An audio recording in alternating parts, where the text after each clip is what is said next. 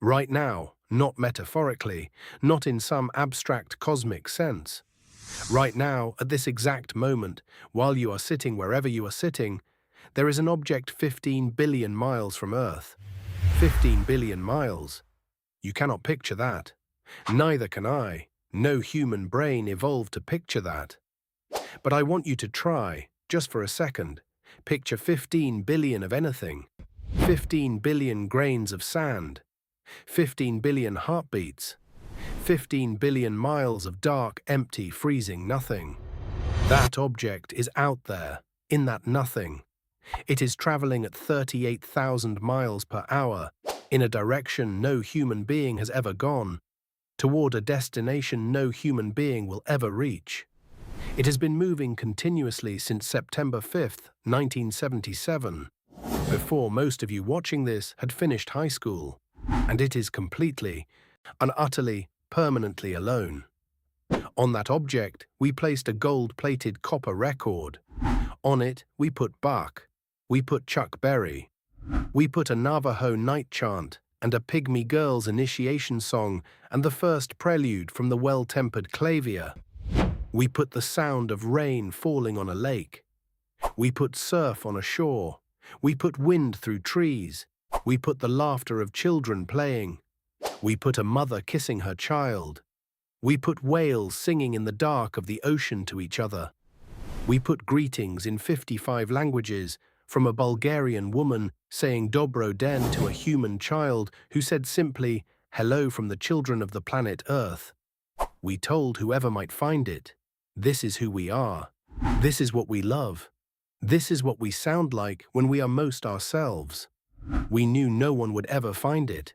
We sent it anyway.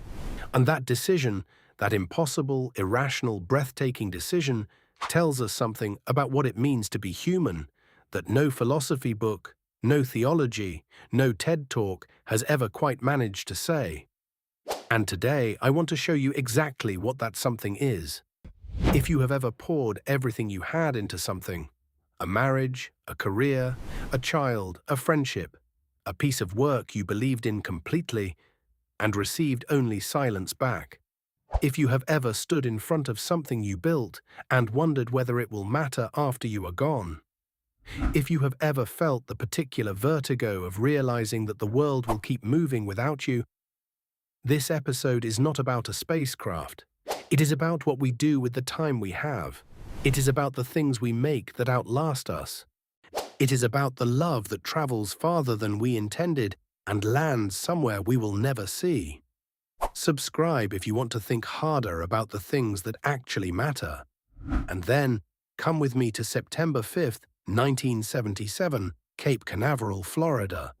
Because on that morning, humanity did something it had never done before.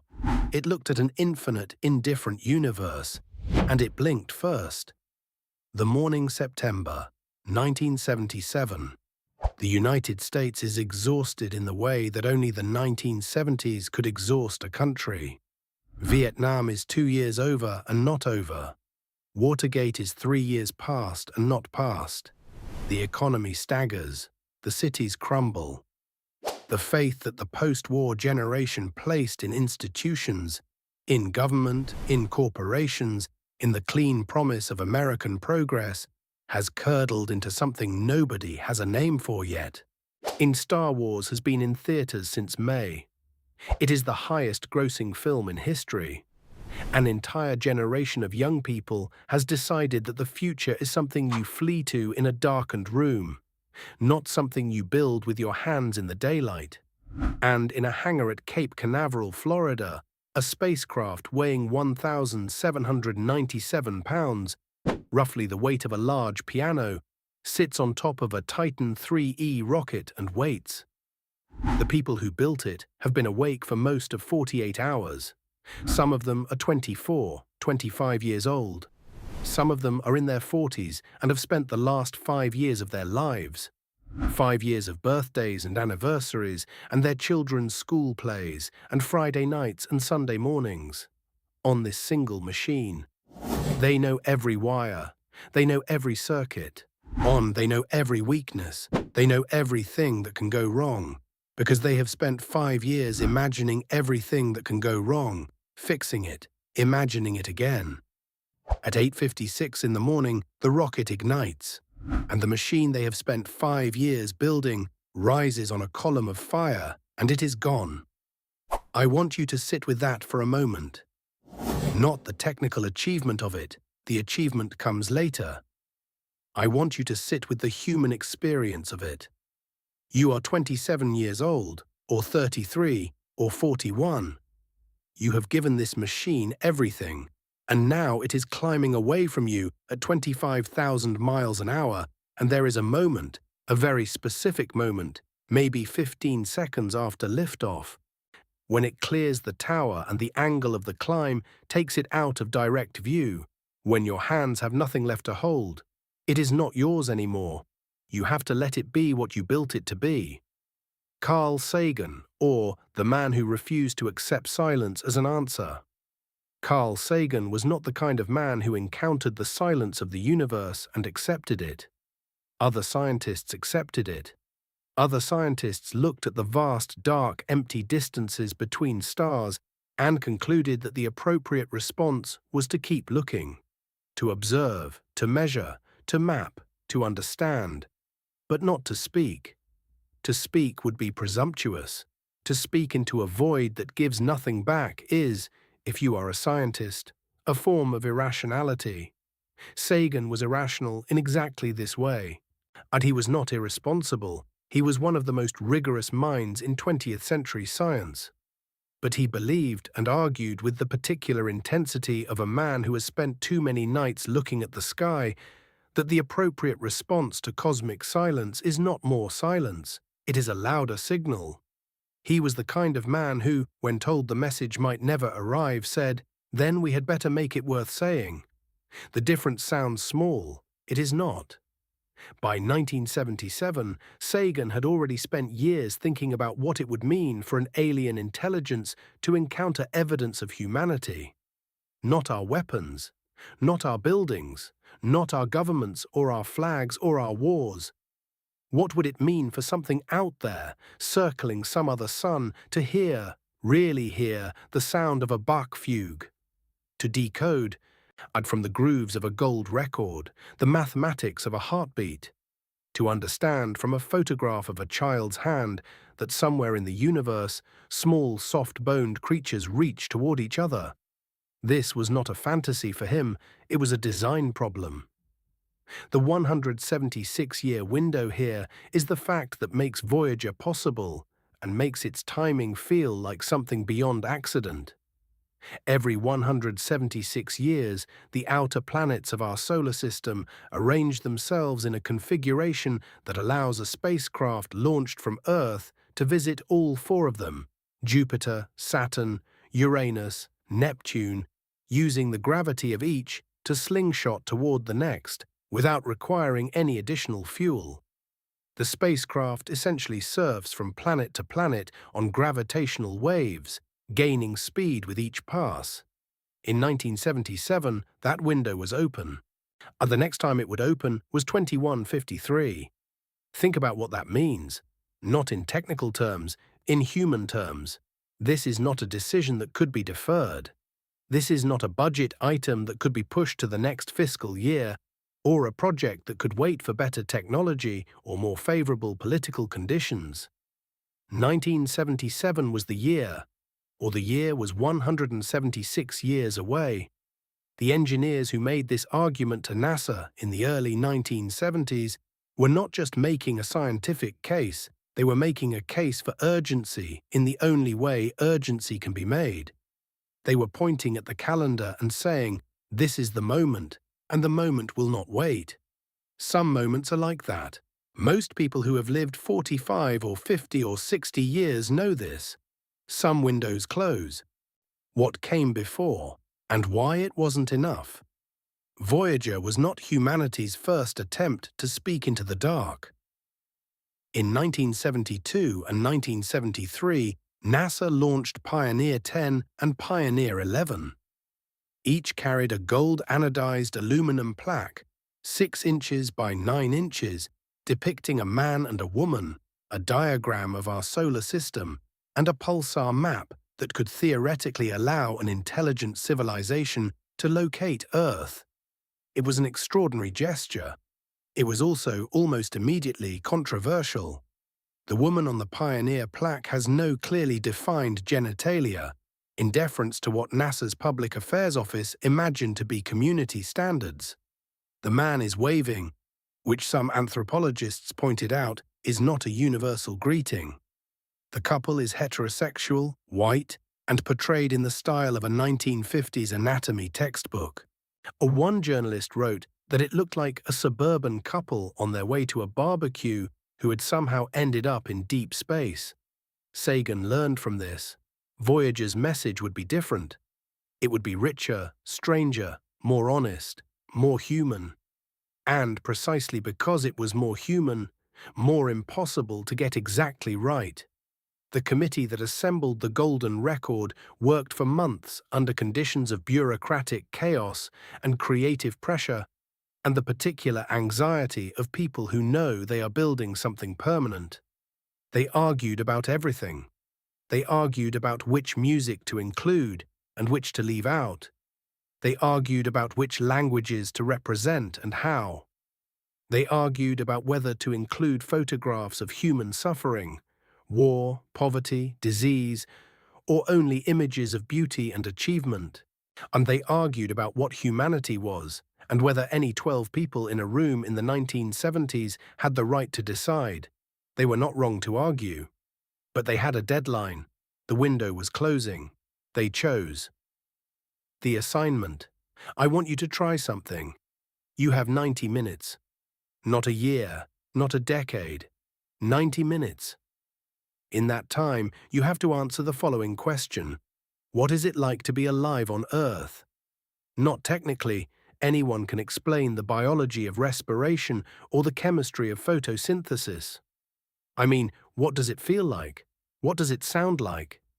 What is the texture of a human life, the ordinary, irreplaceable, vanishing texture of it, that you would most want to preserve if you knew this was the last record? That was not a hypothetical for the committee. That was the actual assignment. The Golden Record contains 115 images encoded in the grooves alongside the audio.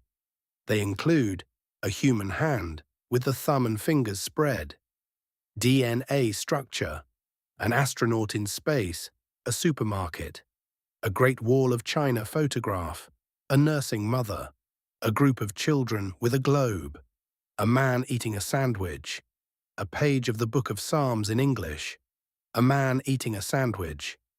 Someone decided that the most intelligent civilization in the universe needed to know that we make sandwiches and eat them, and that this was worth the space. I think that person was right. The music, what was left out? The 90 minutes of music on the Golden Record spans 27 pieces from 12 countries. Bach appears 3 times, the Prelude and Fugue No. 1 in C major, the Second Brandenburg Concerto, and the Gavotte from the Partita number. A 3 for solo violin. There is a Peruvian wedding song. There is a Azerbaijani bagpipe music. There is a Navajo night chant. There is Melancholy Blues by Louis Armstrong and his Hot Seven. There is a raga from India that a researcher spent months negotiating the rights to include. There is the Cavatina from Beethoven's String Quartet No. 13, which the committee chose partly because its second movement, a section marked beklemmt, meaning oppressed or anguished, contains more human sorrow per bar than almost any other music ever written. And there is Johnny B. Good by Chuck Berry. The story of what was left out is the story of what it costs to represent a species. The Beatles were considered. The committee wanted them desperately. Here Comes the Sun was on the shortlist. But EMI, the record label, I would not release the rights.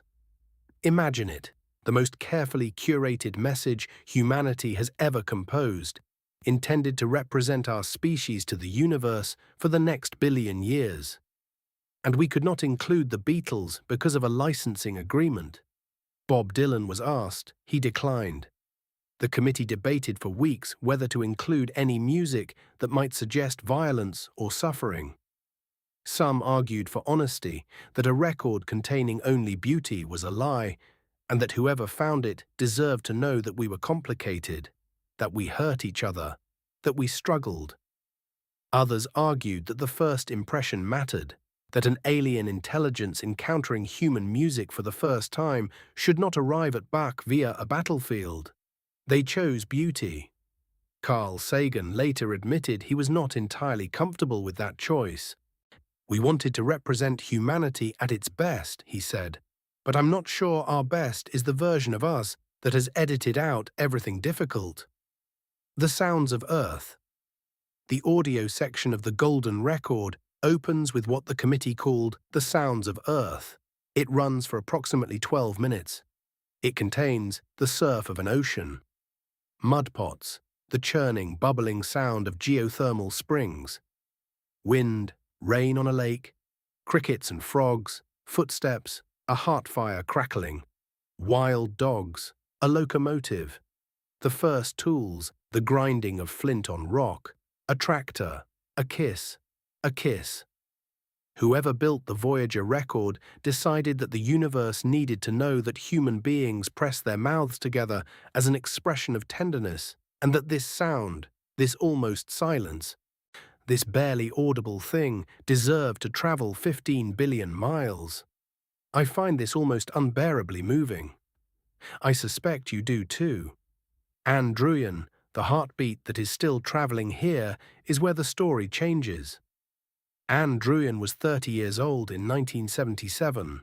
She was a writer, not a scientist, not an engineer, and she had been hired by Carl Sagan to help curate the music section of the Golden Record. She was brilliant and passionate, and absolutely convinced that this project mattered in a way that went beyond the technical. She was also, over the course of those months, falling in love with Carl Sagan. They had known each other for years, casually, professionally. Both were in other relationships, and the Golden Record project threw them together with the particular intensity that comes from working on something you believe in completely, under a deadline, under pressure, with a shared conviction that the stakes are enormous.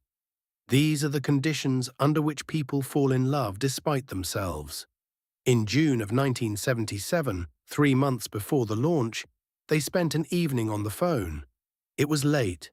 The conversation went long. And somewhere in the middle of it, they said what they had not said before. They admitted what they had not admitted before. They fell in love on a telephone at some hour of the night when the rest of the world was quiet, and the recognition of it passed between them like a current. The next morning, Anne Druyan went to a laboratory in New York City. She put on electrodes. She lay down. And she agreed to have her brainwave activity, her EEG, her neural firing patterns, her blood pressure, her pulse, recorded and encoded into the Golden Record. She spent an hour thinking about things she wanted to transmit. She thought about the history of the Earth. She thought about evolution, the long, slow, unlikely climb from single cells to creatures who make music and argue about it. She thought about great ideas from human history, the concept of democracy, the laws of thermodynamics, the paintings in the caves at Lascaux. She thought about a time she had been in an unjust situation and the feeling of what it was to resist. She thought about the mystery of falling in love. She thought specifically about the night before, about the phone call, about what it felt like to recognize love at the moment it declares itself.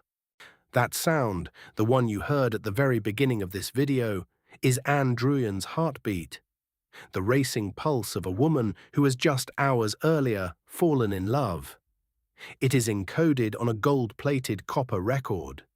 It is on a spacecraft 15 billion miles from Earth.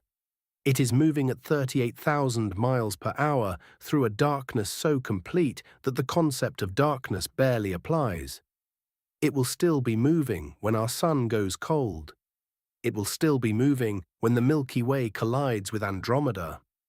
It will still be moving, one physicist calculated, for longer than the current age of the universe, twice over.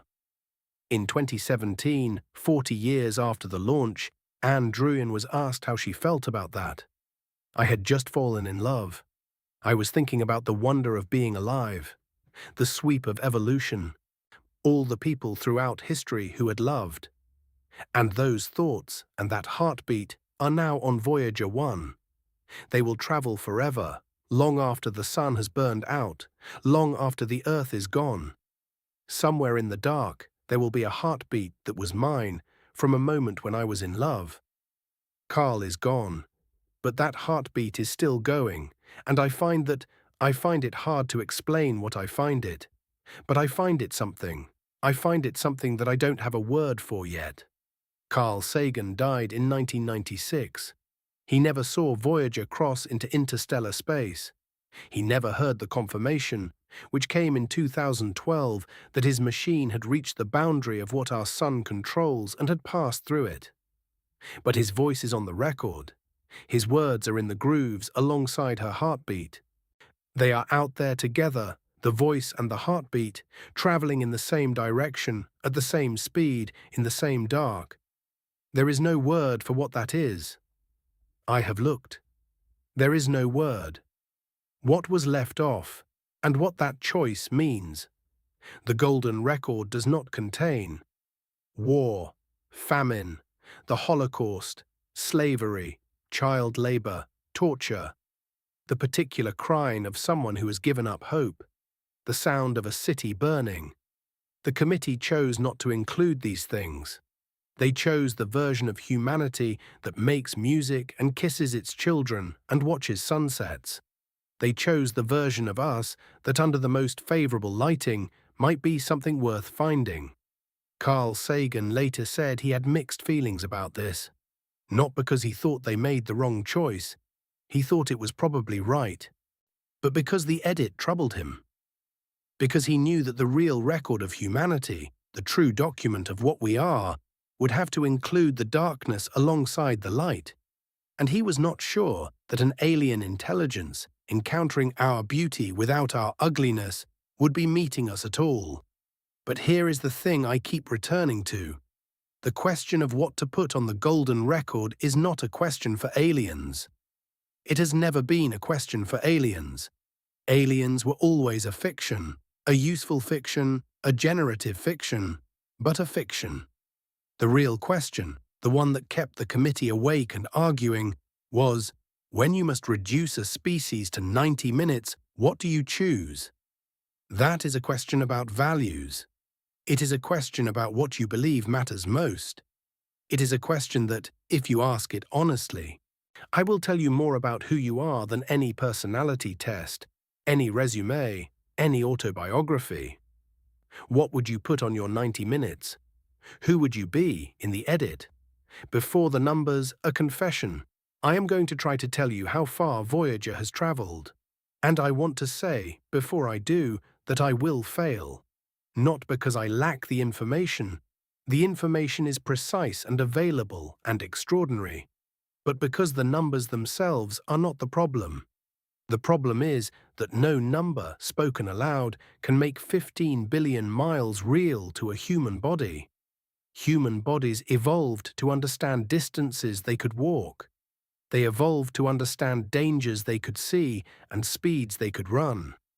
They did not evolve to feel, in the muscles, in the gut, and in the particular place where awe lives, the difference between 1,000,000 and 1,000,000,000 and 1,000,000,000,000. So I will try something else. I will try to make you feel the distance in ways that are not numbers. Speed, anchored to something you know. Voyager 1 travels at 38,000 miles an hour. If it could travel in a straight line across the continental United States, New York to Los Angeles, it would make the trip in 7 minutes. If it were circling the Earth at the equator, it would complete a full lap in 39 minutes. You could sit down, watch a television episode, and when the credits rolled, the spacecraft would have gone all the way around the world. Then it would do it again. And again. At 38,000 miles an hour, in 1 year, Voyager covers roughly 330 million miles. The nearest star to our Sun, Proxima Centauri, is 25 trillion miles away. At Voyager's current speed, the journey would take 73,000 years. Your civilization, every empire that has risen and fallen, every war that has been fought and ended and forgotten, every invention from fire to the printing press to the internet, all of it, the entire human story from the first cave painting to this moment, fits inside the first small fraction of that journey. Not even the first tenth, the first hundredth maybe. And Proxima Centauri is the nearest one. It is our closest neighbor. It is the star that is so close to us in cosmic terms that it is practically next door. The universe contains an estimated 2 trillion galaxies. Each galaxy contains an average of perhaps 100 billion stars. Does Voyager, one will not reach the nearest star in any time frame that means anything to any human being who has ever lived. This is not a solvable problem. This is the architecture of the universe. The planets, what we saw when we finally got close. But before Voyager went dark in the direction of nowhere, it had destinations.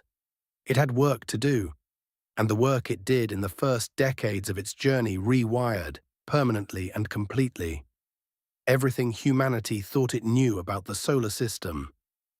March 1979. Jupiter. For thousands of years, human beings had looked at Jupiter through increasingly powerful telescopes and had assembled a picture of it. A large turbulent gas planet, striped with clouds, orbited by 4 large moons discovered by Galileo in 1610. The Great Red Spot was known, the general structure was understood, and scientists had models. Scientists are always more confident in their models than the universe tends to warrant. Then Voyager's cameras turned toward Io, one of Jupiter's largest moons, and sent back the images. Io's surface was not what any model predicted. It was orange and red and yellow and white. Active, molten, volcanic on a scale that made Earth's volcanic activity look like a match being lit in a hurricane. Active volcanoes, plumes of sulfur dioxide rising 200 miles above the surface. A landscape that was, in real time, destroying itself and rebuilding itself and destroying itself again. Io was not a dead rock orbiting a gas planet. Io was alive, or something close enough to alive that the difference required a philosopher rather than a geologist to determine. A young engineer at JPL, 26 years old, a first job out of Caltech, was in the control room when the image appeared on the screen. She had grown up with a poster of the solar system on her bedroom wall. She had studied that poster for years. She had memorized the moons of Jupiter, the rings of Saturn, the particular pale blue of Uranus. She thought she knew what was out there. She told me, decades later, that she did not say anything for a long time after the Io images appeared. Nobody did. We had been drawing the solar system in textbooks for 100 years, she said, and then Voyager sent back that picture, and we realized we had no idea, none. She paused. She was in her 70s when she told me this. She still had the look of someone who has not quite finished being surprised. That feeling, the moment when the universe turns out to be completely different from what you thought, I've spent 40 years trying to feel it again. It's the best thing there is. Saturn in 1980 was different again. The rings, which from Earth appeared as 3 or 4 broad bands, resolved, through Voyager's cameras, into hundreds of distinct ringlets, intricate and nested, governed by gravitational resonances so complex that the mathematics required to describe them had not yet been invented when Voyager launched. The universe had been patiently containing this complexity for 4 billion years, waiting for something with eyes to come close enough to see it. We sent Voyager. We got close enough to see. The pale blue dot, the last look back on February 14th, 1990, Valentine's Day, which feels like either a coincidence or the universe's idea of a joke. Voyager 1 was 3.7 billion miles from the Sun. Its primary mission was long over. Its cameras were scheduled to be turned off permanently to save power for the science instruments still running. Carl Sagan had been lobbying NASA for years to do one last thing before the cameras went dark. He wanted Voyager to turn around, to look back, to take a portrait of the solar system from the outside, the first photograph any human instrument had ever taken from beyond the orbit of Neptune. NASA agreed. On that February day, Voyager slowly turned its cameras toward the inner solar system, toward home. It took 60 frames across the solar system, capturing the family portrait Sagan had imagined. In one of those frames, a sliver of a frame, I caught in a scattered ray of sunlight, barely distinguishable from an artifact of the imaging system, there is a pale blue dot. That dot is Earth. From 3.7 billion miles away, our entire planet, every ocean, every continent, every human being who has ever lived or ever will live, every war, every love affair, every cathedral, every slum, fits inside 1/12 of a pixel. Carl Sagan wrote about that image for years. The most famous passage reads, "Look again at that dot. That's here, that's home, that's us. On it, everyone you love, everyone you know, everyone you ever heard of, every human being who ever was, lived out their lives. The aggregate of our joy and suffering, thousands of confident religions, ideologies, and economic doctrines, every hunter and forager, every hero and coward, every creator and destroyer of civilization, every king and peasant, every young couple in love, every mother and father, hopeful child, inventor and explorer, every teacher of morals, every corrupt politician, every superstar, every supreme leader, every saint and sinner in the history of our species lived there, on a mote of dust suspended in a sunbeam. After that photograph was taken, the cameras were turned off. They never turned back on. Voyager stopped looking at us. It faced forward. It faced the dark. And it has been moving in that direction, without pausing, without looking back, for 35 years since. Crossing the threshold. 2012.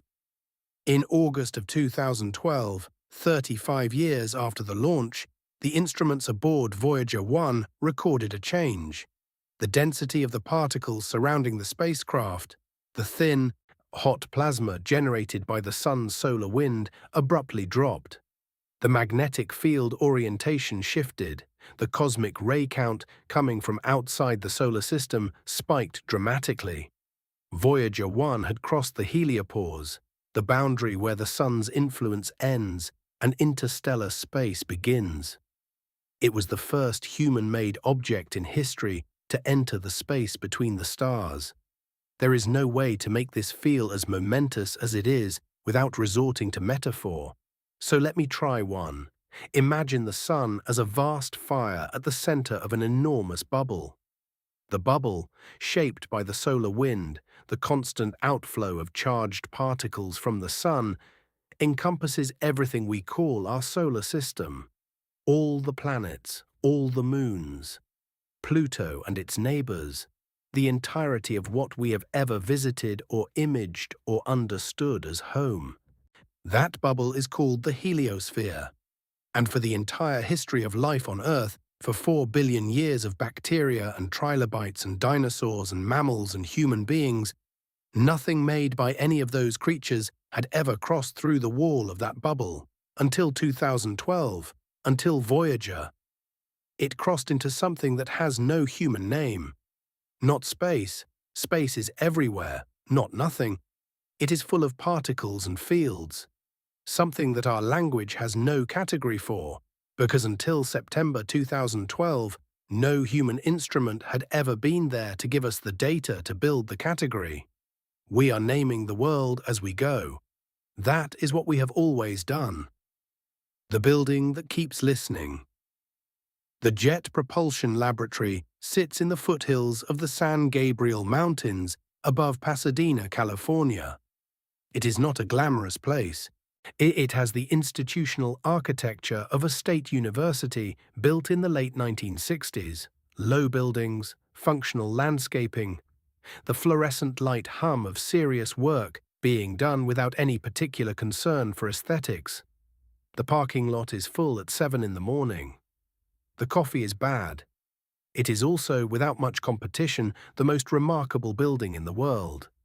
In a room inside that building, a room of monitors and terminals and engineers who have been staring at specific kinds of data for so many years that they see patterns in it, the way you might see constellations.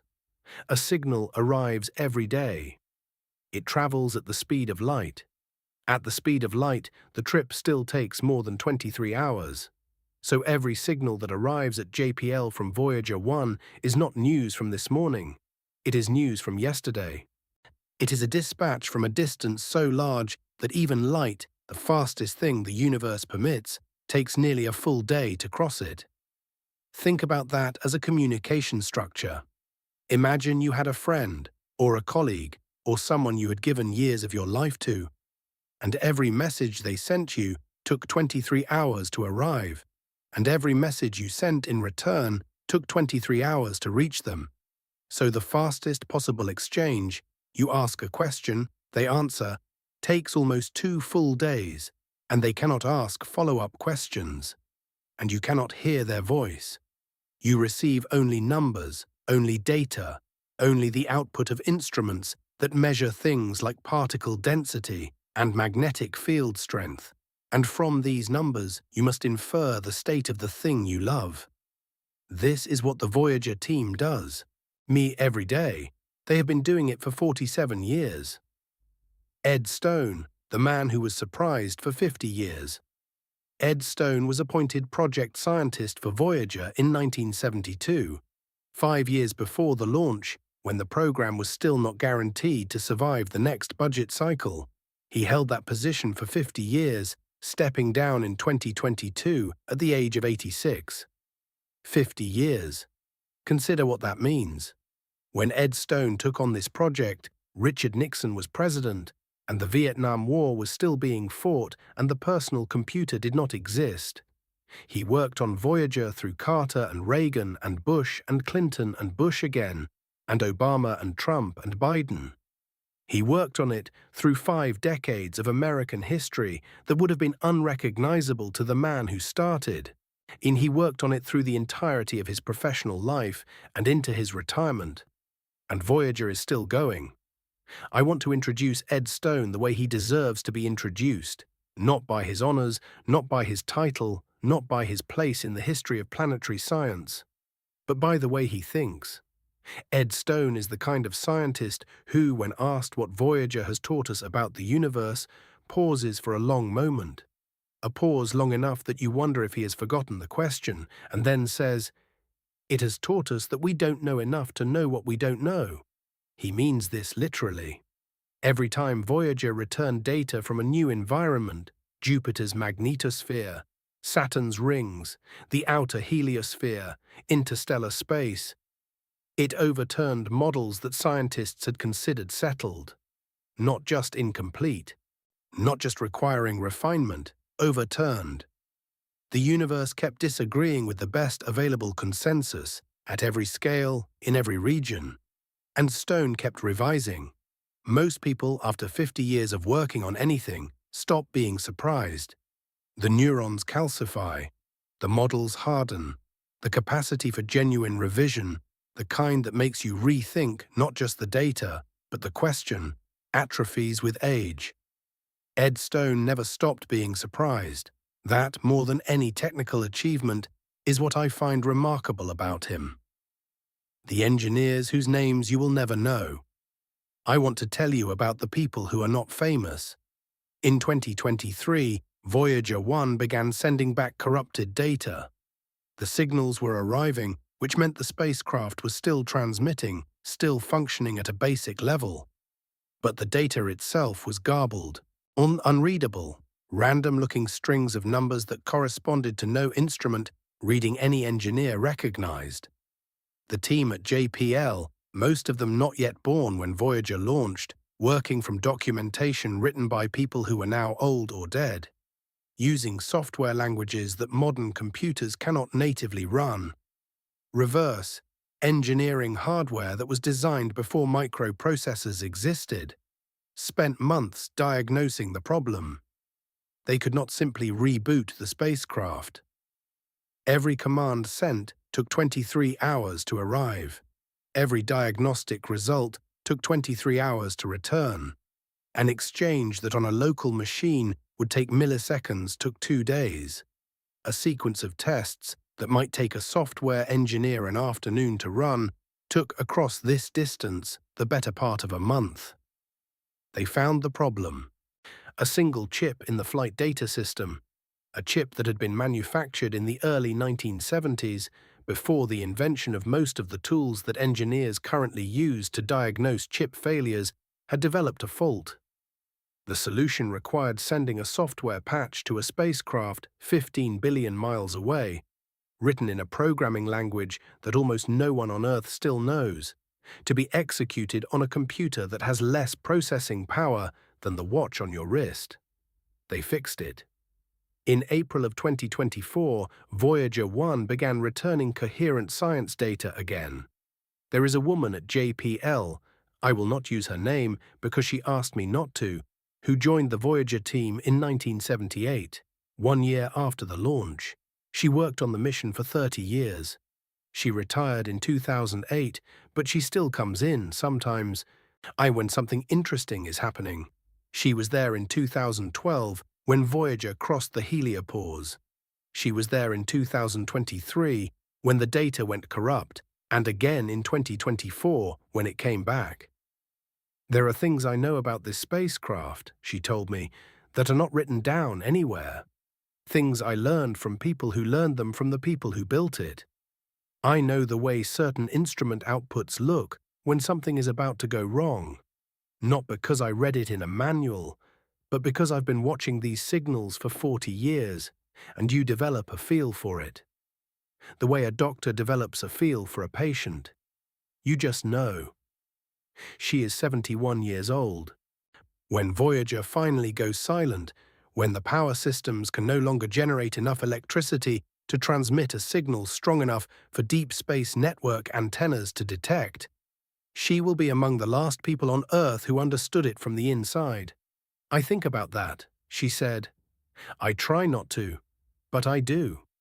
The loneliness of the long-distance listener. I want you to consider what it takes to care for 47 years about something that cannot care back. Voyager 1 does not know you exist. It does not know its own name. It does not know that an entire building full of people in Pasadena have spent the better part of their professional lives making sure it stays alive. It processes commands. It takes readings. It transmits data. It is extraordinary and it is utterly indifferent. And the indifference is not a failing. It is simply the nature of machines. And yet, the engineers who work on it speak about it with a tenderness that I have heard in conversations about marriages and children and people who died too young. They say things like, we need to keep it healthy and we don't want to lose it. They celebrate when a long-dormant thruster fires successfully. They sit with each other in silence after a close call. They experience, visibly and without embarrassment, something that looks very much like grief when they discuss what is coming. Not A, but B. This is not anthropomorphism. This is what happens when human beings invest 47 years of their expertise, their attention, their professional identity, and something that functions very much like love into a single object. The object does not become human. The human becomes something. Something that contains the object as part of itself. Something for which the loss of the object will feel when it comes, like the loss of a part of the self. We have all felt versions of this. Most of us who are in the second half of our lives have accumulated a catalogue of objects and places and relationships that we have incorporated into our identity so thoroughly that their loss would feel like subtraction, not just the loss of something external, but the loss of something that was part of the structure of who we are. The engineers at JPL are not unusual, they are only more visible. The mathematics of diminishment Voyager 1 is powered by 3 radioisotope thermoelectric generators, RTGs.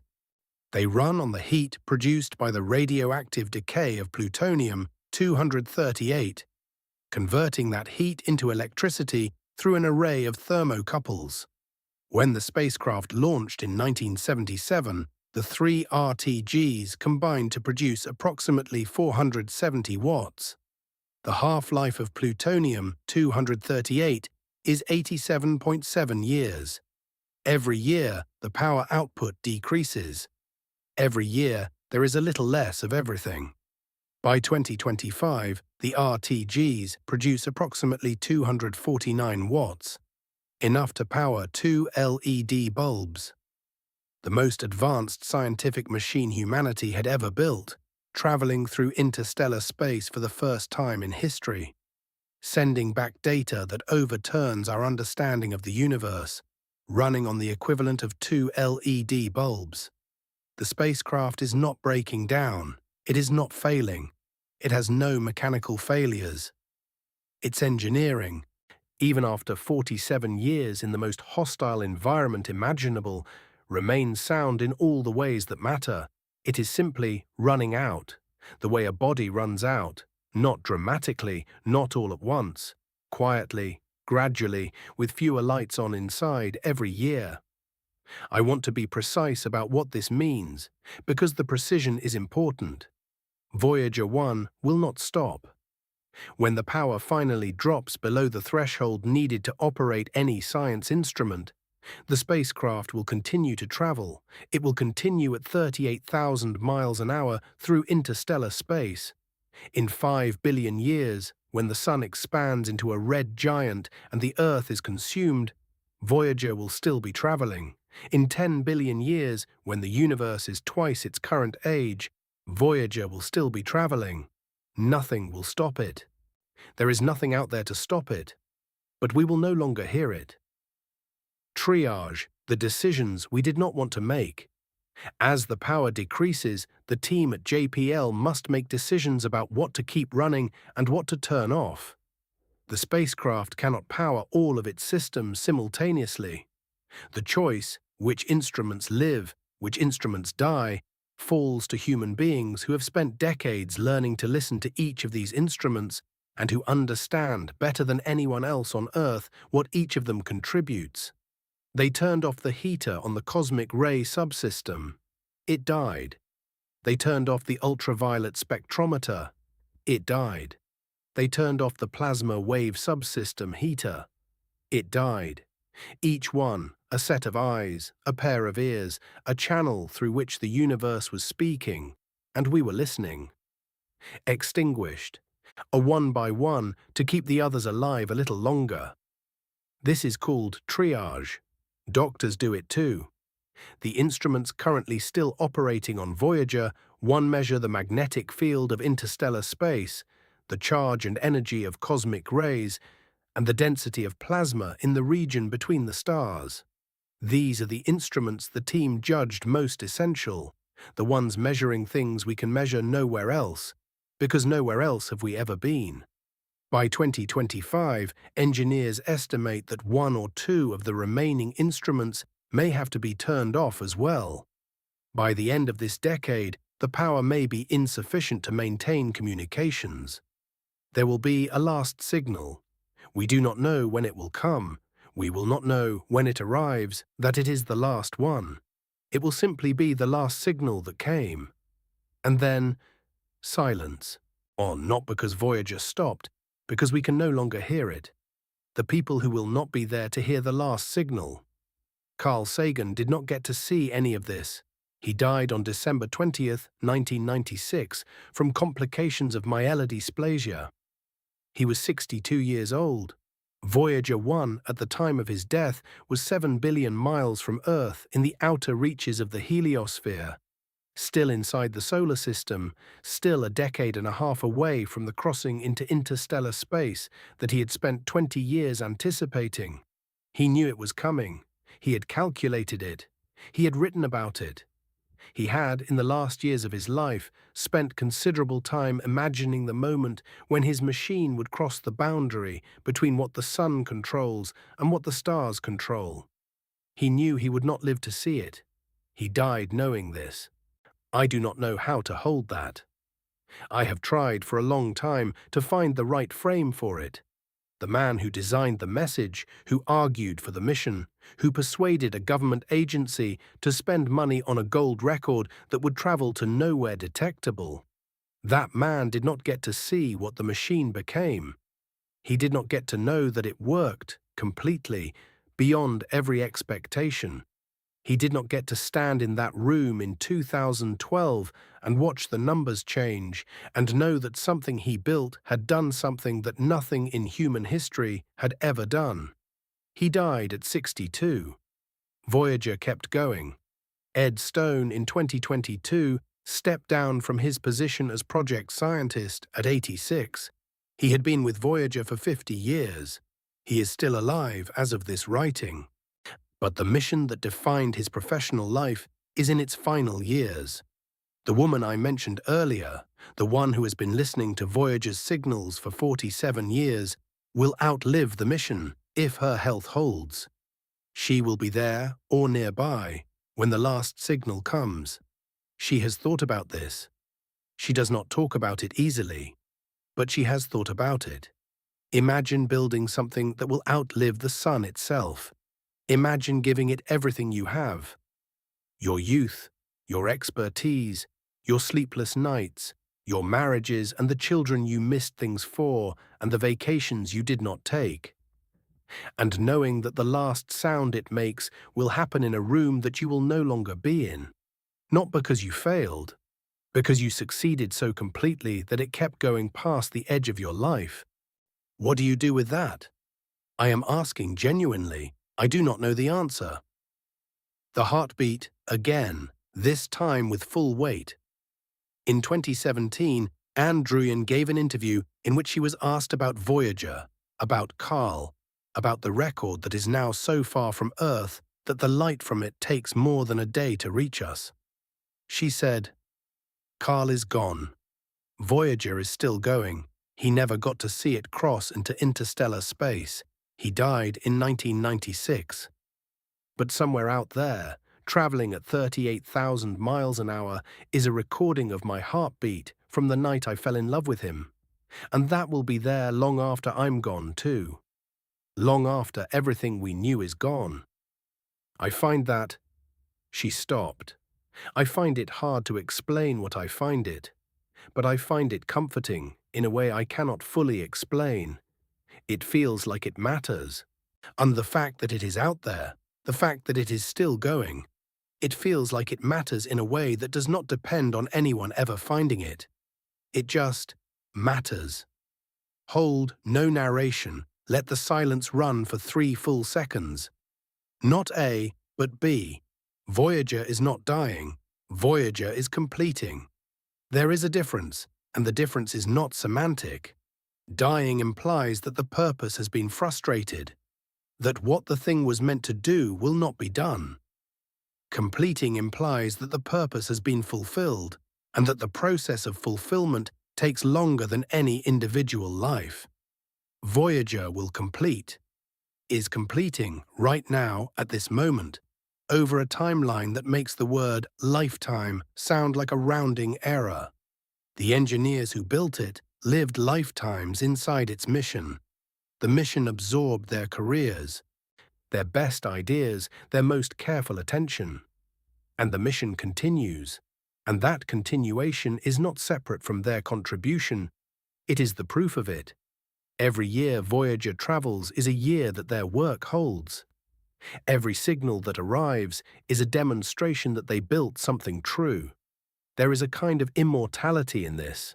It is not the kind anyone planned for. It is the kind that actually exists. Voyager does not know it is dying. There is one more thing I need to say about this. Voyager 1 has no awareness of its own diminishment. It does not experience the loss of the instruments that have been turned off. It does not feel the decreasing power. It does not know that it is in the final years of its operational life. It does not fear the coming silence because it cannot fear anything. It simply continues.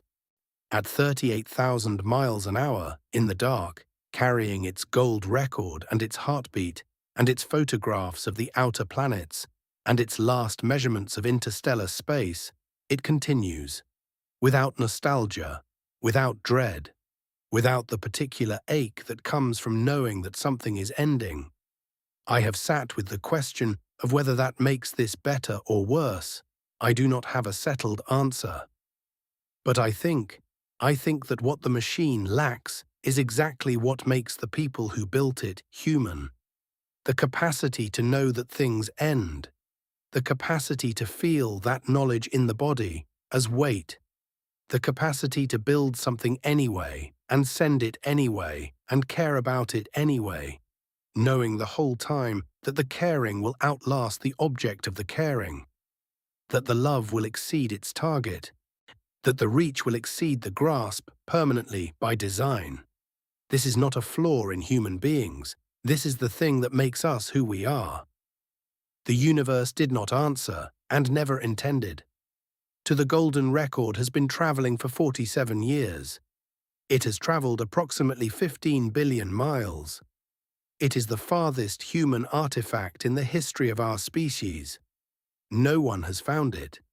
No one will find it in any time frame that is meaningful by any human measure. Even if intelligent life exists somewhere in our galactic neighborhood, and we have no evidence in either direction that it does, the record would need to travel for tens of thousands of years before it could reasonably be expected to approach another star system. And when it does, it will not announce itself. It will simply drift past. At 38,000 miles per hour, a small gold disc attached to a dead machine containing the sound of rain falling on a lake that no longer looks the way it did when the rain fell. The universe has not answered. The universe did not receive our message and deliberate about a response. The universe is not holding off. The universe is simply not that kind of place. The universe is not listening. Not A, but B. The golden record is not a message to the stars. It has never been a message to the stars. Aliens are a fiction, a useful fiction, a generative fiction, the fiction that allowed the committee to do its work. But the real audience was us. The record is a message from humanity to itself. This is what we chose when we had to choose. This is what we decided mattered most when the decision was permanent. And this is who we were in the edit. We sent it to the one address where it would never be second-guessed, never be revised, never be lost in a server failure or reinterpreted by the next administration or censored by someone with a different idea about what humanity should be. We sent it to the permanent silence of deep space, because the permanent silence of deep space is the only archive that cannot be corrupted. The Fermi paradox, briefly, and why Voyager is the answer. In 1950, the physicist Enrico Fermi sat down to lunch with several colleagues and asked a question that has not been satisfactorily answered in the 75 years since. If intelligent life is statistically likely in a universe this large, where is everyone? The Milky Way is roughly 13.5 billion years old. There has been sufficient time, by most estimates, for a civilization to develop interstellar travel and spread across the entire galaxy multiple times over. And yet, silence, no signals, no artifacts, no evidence that anything else has ever tried to reach us. The explanations range from the mundane to the catastrophic. Maybe the distances are simply too vast and no civilization has bothered. Maybe intelligence is rarer than we think. Maybe civilizations reliably destroy themselves before they can spread. Maybe we have not been listening in the right way, or at the right frequencies, or for long enough. Maybe we are genuinely alone in a galaxy of 400 billion stars. I do not know which explanation is correct. Neither does anyone else. But I know this. Voyager 1 is evidence against one of the darkest explanations, the one that says civilizations reach a point of capability and then go quiet. That something about intelligence, or technology, or the combination of the two, reliably prevents species from leaving a mark. We left a mark. It is small, a 1,797-pound machine carrying a 12-inch disc, and it will not be found, probably, by anything capable of understanding it. But we made it. We launched it. We have been tracking it for 47 years. We refuse to go quiet. Whatever else is true about the silence of the universe, Voyager 1 is proof that at least one species, in at least one star system, looked at the silence and chose to speak into it anyway. What we are looking at. When we look at the night sky, Voyager 1 is currently more than 23 light hours from Earth. This means that when the signal from Voyager arrives at JPL, it is not today's signal, it is yesterday's signal. The data being analyzed right now in Pasadena is a description of where Voyager was and what it was measuring more than a day ago. The Voyager that exists in the present moment, the Voyager that is there, in the dark, right now, is unreachable by definition. It will be 23 hours before any message we send can reach it. We are always, with Voyager, communicating with the past. This is also true of every star you have ever seen. The light from Proxima Centauri, our nearest neighbor, takes 4.24 years to reach Earth. When you look at it, you are seeing where it was 4.24 years ago. And the light from Betelgeuse, the red star in Orion's shoulder, visible on any clear night, takes between 500 and 700 years to reach us. The light you see tonight left that star sometime in the 14th or 15th century, when Chaucer was writing and the Black Death was reshaping Europe and no one on Earth knew that the Americas existed. If Betelgeuse exploded last week, and it is, astronomers believe, in the late stages of its life, we will not know for 500 years. I think most people understand this fact intellectually. I think very few people have felt it. Every photograph you have of someone who is gone, you are looking at light that reflected off them before they were gone. You are holding the past in your hands in a physical object and calling it memory. This is what the night sky is. This is what Voyager is. This is what the heartbeat on the golden record is. The past preserved and transmitted forward, reaching us across distances of time and space that our bodies are not equipped to comprehend, but that our hearts, for some reason, insist on trying. The Oort cloud, the ending that has no ending.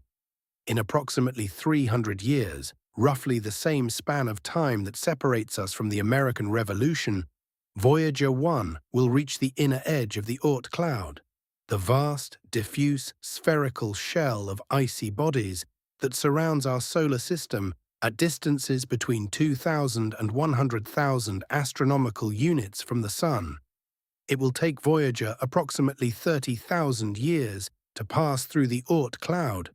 During those 30,000 years, no antenna on Earth will be able to detect its signal. We will know it's out there, by the mathematics of its trajectory, which will not change, because there is nothing out there to change it. But we will not hear it. After 30,000 years, it will emerge on the other side. It will still be traveling. It will still be carrying the record. The heartbeat will still be encoded in its grooves. The mathematics that describes its position will still be, in principle, calculable, assuming anything is left to do the calculating. And what is left to do the calculating in 30,000 years is genuinely unknown. Our species may not exist in a form that would recognize itself. Our civilization may be unrecognizable. The planet may be unrecognizable. Or there is this possibility, which I think we should hold alongside the others. We may still be here, still looking, still listening, may still the kind of creature that points telescopes at the dark and asks, "What is out there?" I do not know which of these futures is coming. Neither do you. What I know is that Voyager will still be going. For the people who have lived long enough to know, I want to talk to you now, directly without the spacecraft as a buffer, about why this story belongs especially to people who have reached the second half of their lives. You are old enough to know that most things do not turn out the way you intended. The career you poured 20 years into may have ended in a way that felt like a repudiation of the work. The relationship you built with everything you had may have become, over time, something you barely recognize.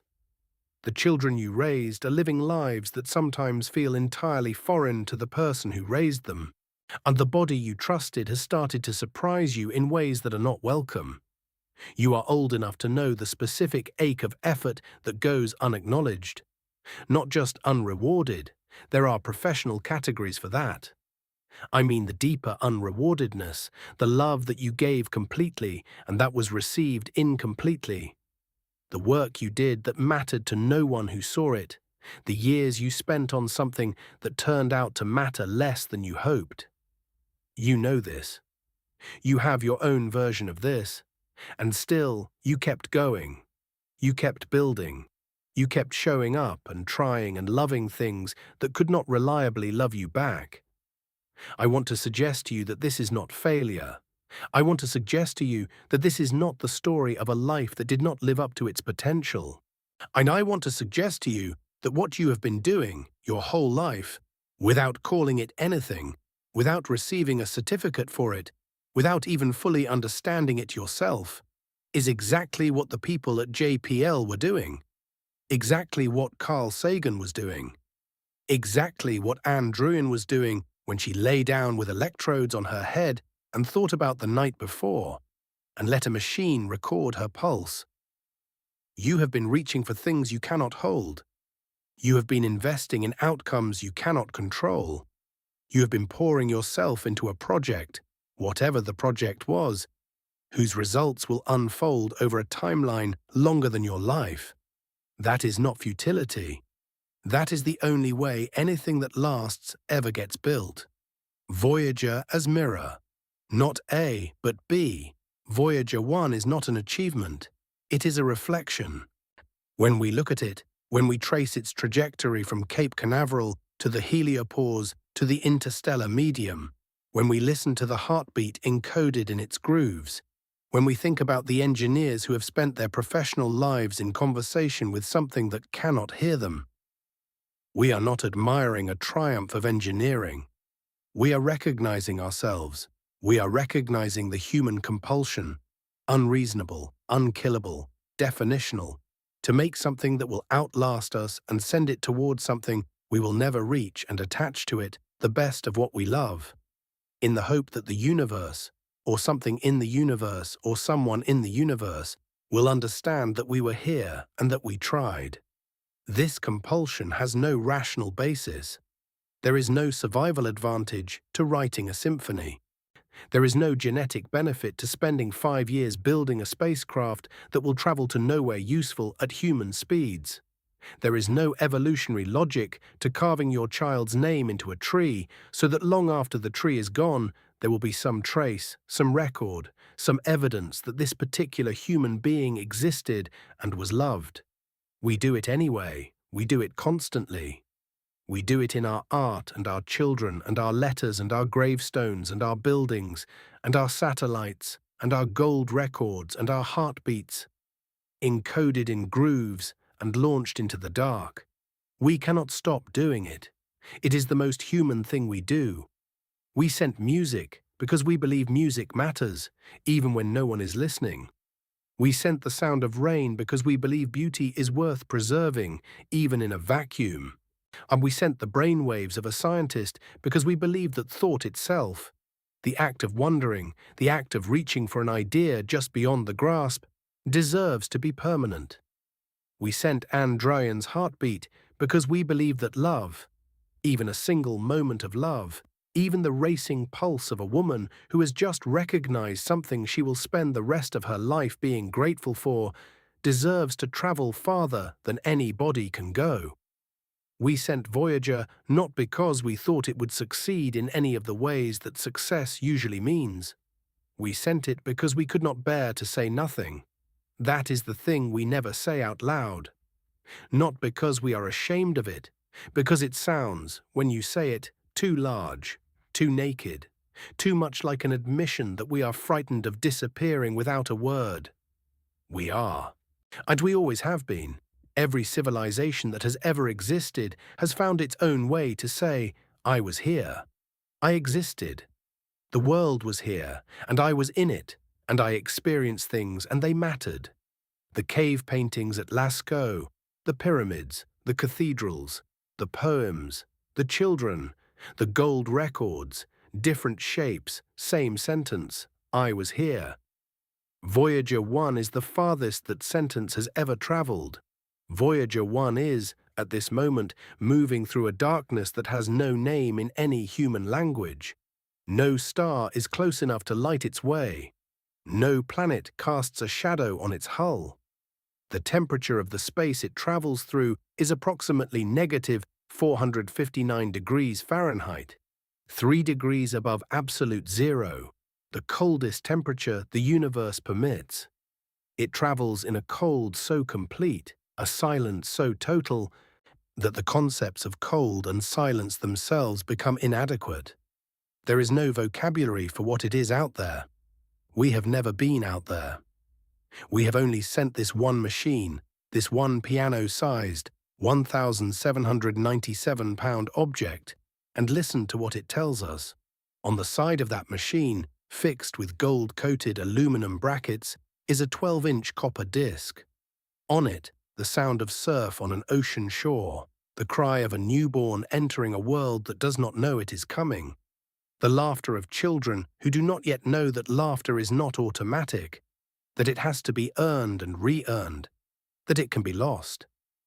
The first 4 notes of Beethoven's Fifth Symphony, which have been interpreted as everything from the knock of fate to the sound of a man refusing to go down quietly, and the heartbeat of a woman, in the first hours of the love that would define the rest of her life, who agreed to let a machine record her pulse so that the universe, or whatever the universe contains, would know that this moment had happened. The engineers who built Voyager are old now. Some are gone.